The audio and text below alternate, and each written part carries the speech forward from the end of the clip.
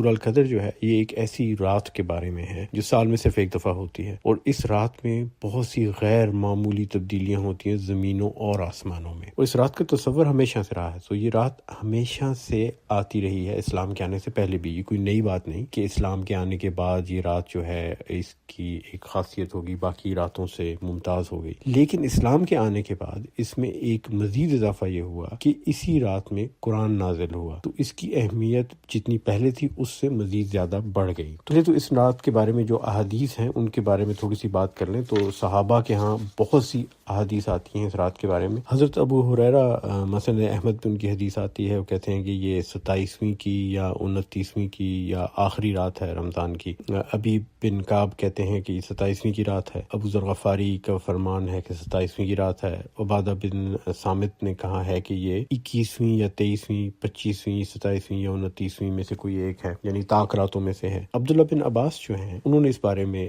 کافی روایات دی ہیں، تو ان کا شروع میں تو یہ کہنا تھا کہ یہ آخری جو 10 راتیں ہیں ان کی طاق راتوں میں اس کو دیکھا جائے۔ اس کے بعد انہوں نے اپنا جو نقطہ نظر تھا وہ تھوڑا بدل دیا، اور انہوں نے کہا کہ یہ 23ویں یا 27ویں کی رات ہے، اور بعد میں انہوں نے کہا کہ نہیں یہ 27ویں ہی کی رات ہے، اور انہوں نے اس بارے میں کچھ دلیلیں دی حضرت عمر سے بات کرتے ہوئے، اور وہ حدیث کی کتابوں میں وہ دلیلیں موجود ہیں۔ میرا یہ اندازہ ہے کہ عبداللہ ابن عباس جو ہیں انہوں نے بہت محنت کر کے سورہ القدر پہ اور یہ جو لیلۃ المبارک ہے اس کے بارے میں احادیث وغیرہ کی جانچ پڑتال کر کے وہ ایک بہت صحیح نتیجے تک پہنچ چکے ہیں۔